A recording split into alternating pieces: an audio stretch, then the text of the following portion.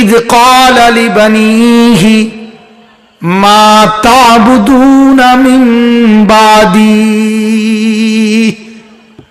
রব্বুল আলামিন বলেন, বান্দা গল্প শোনো আমার কাছে।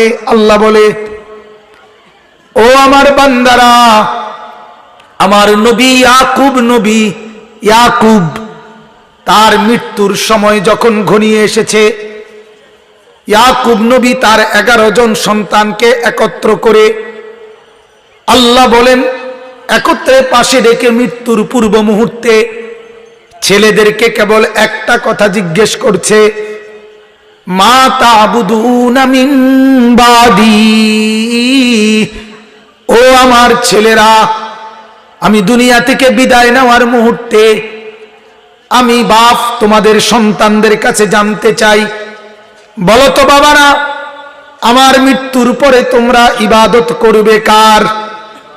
ইয়াকুব নবী বললেন, 11 জন ছেলে একত্রে জবাব দিছে, ক্বালু না'বুদু ইলাহাকা ওয়া ইলাহা আবাইক।